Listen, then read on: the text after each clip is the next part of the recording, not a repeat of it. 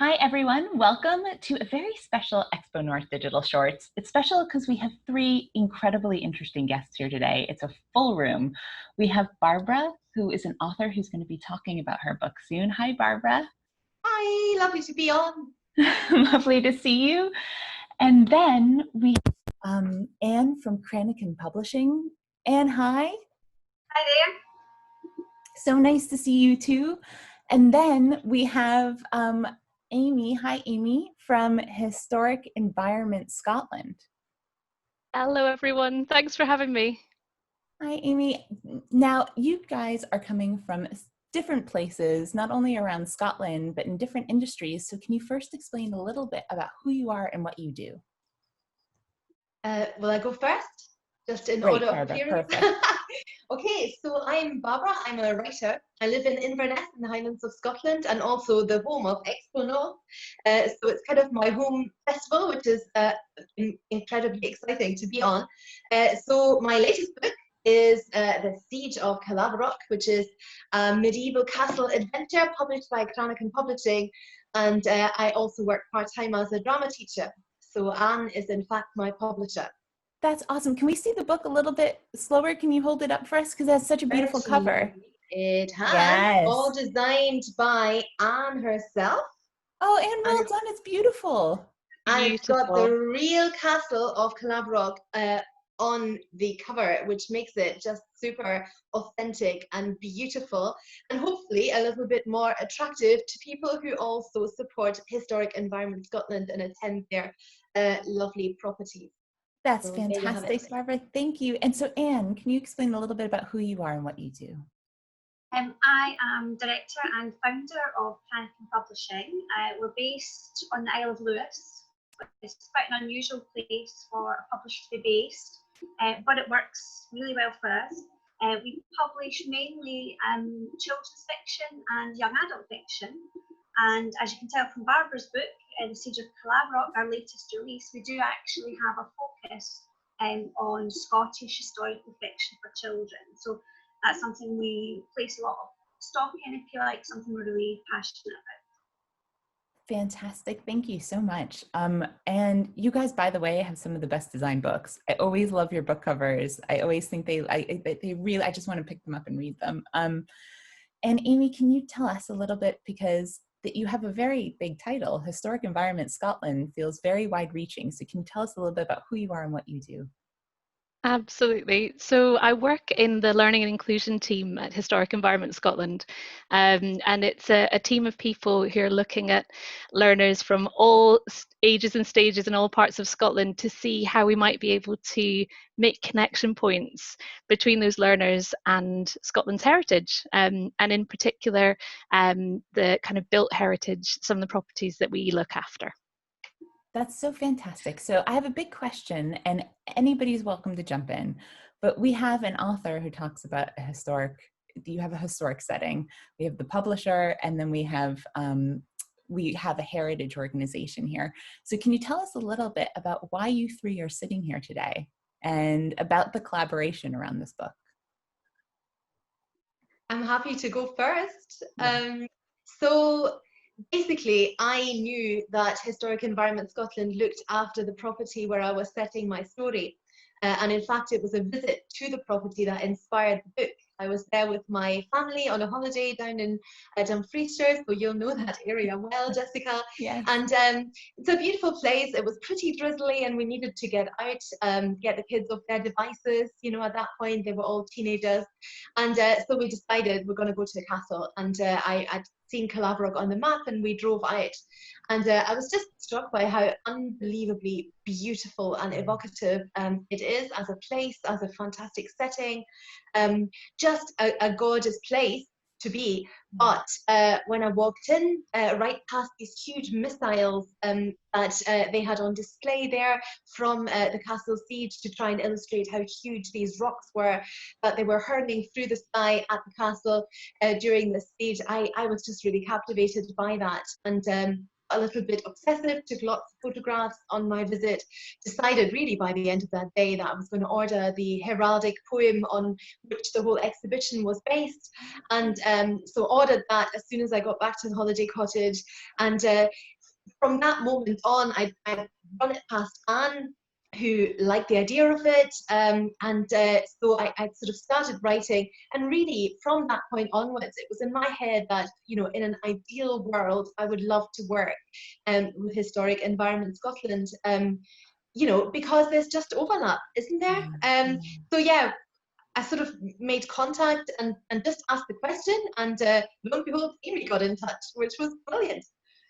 Do you know, I think that's amazing, because when you write, it's such a solitary practice. You're in your own head, in your own imagination. Not a lot of authors would think about, you know, reaching out to people who are also invested in the setting that you set your story. So Amy, can you talk a little bit about what is it like hearing from an author who, you know, one of the places that you take care of and it sparked so much like creative imagination for them? It was just so wonderful to hear that this book was on its way, for all sorts of different reasons. We've always felt that our sites inspire huge amounts of creativity, and we see that in the kind of, you know, 100,000 learners that come and see our sites, and we see what they do there and how they kind of use that as a creative springboard. And it was amazing that, you know, there was a novel that had been kind of written for young readers that was based on one of our properties. So it was just, it was a gift, an absolute gift. And what was really exciting was that Barbara and Anne were so kind of open to collaboration, and we realized that we each had little pieces of the jigsaw to kind of help people explore that particular period of history. Wars of Independence are just amazing, and I think hopefully together we've kind of created some resources that will really bring the period to life. And I'm absolutely loving the book as well. It's fantastic. Can you guys talk, maybe, and this is more of a question for you, but can you talk a little bit about what those resources are, how the book is connected to some of the initiatives you're doing, and what that looks like? What we try to do for most of our novels, particularly ones that have a connection to the classroom, so there might be a curricular connection there, teachers might be studying aspects of the topic in the classroom, we always try and have some kind of free resource that teachers can use to accompany the book and help them. One of the titles we publish is Reflective Reading, and that's a methodology for the classroom, and it's basically how teachers can use a book to do comprehension in the class, but in a really fun way, in an engaging way, in an active way, where children have choice over the activities that they do.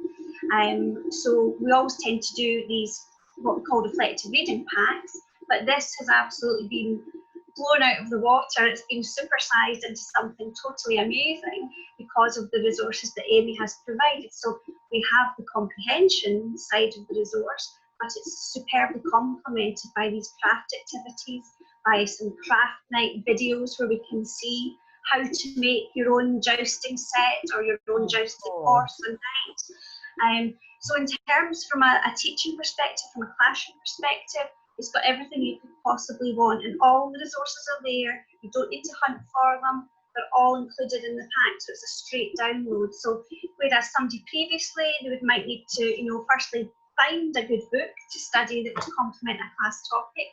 Then they would need to find some sort of resource to go with it or make it up themselves as they go. They would of course be able to go to Historic Environment Scotland and find those activities and resources, but here all the hard work's been done for you. It's a one-stop shop for teachers, so it saves them such a lot of time, a lot of thinking, and a lot of planning time as well. So in that respect, that's something I'm really passionate about, is saving time for teachers, doing that legwork for them, doing that groundwork, so they can get on with the important job of actually doing the teaching part.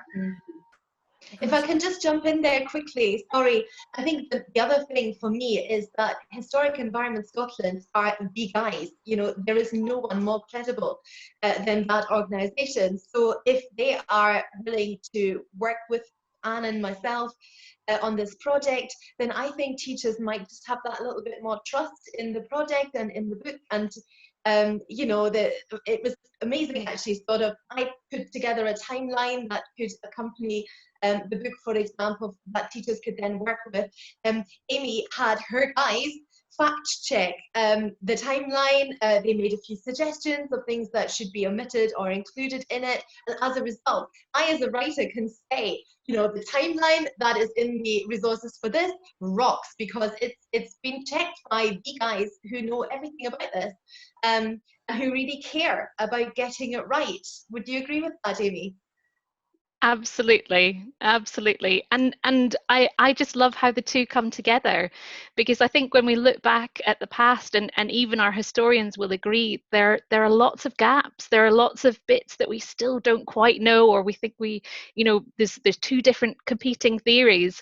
And I love how for historical fiction we can kind of cut through that debate and just kind of get into the action and use our imaginations about what could have been. But I love the fact that at the end of the book, Barbara's got a timeline and a glossary as well, so she's kind of working from both angles, giving flight to the imagination but also kind of grounding it in history as well. Speaking about bringing history to life, it strikes me that not only were all women chatting today, but a lot of the stories recorded in history are from the male gaze and the male perspective. And what I find so interesting here is here's a way to engage with a story about a castle where it's from a girl's perspective, a young woman's perspective. Were you conscious of that as you guys were going into it? Very, very. I mean, you know, it's probably fair to say Anne and I started on that vein with Purple Luck, my first book, which is the Highland Clearances book. Again, it's a story told from the point of view of a girl. And while I would never limit myself to just female characters, I wouldn't want that. You know, here was a possibility to kind of address it a little bit. Generally, Middle Ages, people think boys, knights, fighting, tournaments, jousting, and the women are there, but they're kind of trophies, you know what I mean? Impress the lady. And I just love that we had some people here who were decision makers. Was that one of the things that appealed to you, Anne, about the story? Absolutely, that was one of my main takeaways. Was I loved that the treatment of women and girls in the story, and how you managed to weave that in, and make them so powerful, strong, brave, all the things we would want in a character, but particularly set in that time. I think it's even more powerful. You're almost rewriting history in a way, and making it reflect, you know, more in a better way on women at that time. So putting your spin on it, because we're not recorded, you know, in the way that we perhaps, you know, would like to be. Yeah, I had help, I've got to say. What did you think? Amy, sorry, you were going to say something? No, I was just going to say, as well as gender, I thought it was really nice that the story was about people's domestic lives, because quite often in history, you know, even if we are seeing a male and female perspective, it tends to be the perspective of the powerful.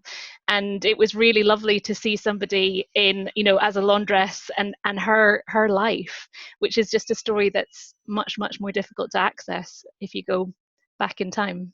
Amy, that's really wonderful. That's really true. So, okay, here's a little bit of a touchy question, because it is COVID and people are so sick of talking about not being able to travel or not having some of these amazing places accessible. But here you found a really interesting solution. You can read a book about it. There are activities for teachers who are, I'm sure, desperate for activities with all the Zoom learning. Was that also in your mind as you were collaborating, that actually you know, looking at stories and books that have been written about places and coming up with that whole package for teachers is a way to kind of gain access at times where access is a little bit more difficult? It's very much in my mind all the time, because I'm really aware, just in general, that people aren't necessarily able to get out to that many sites, depending on how far they can travel.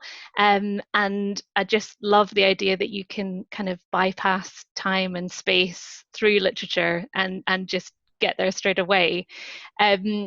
Obviously our sites have all been closed over lockdown.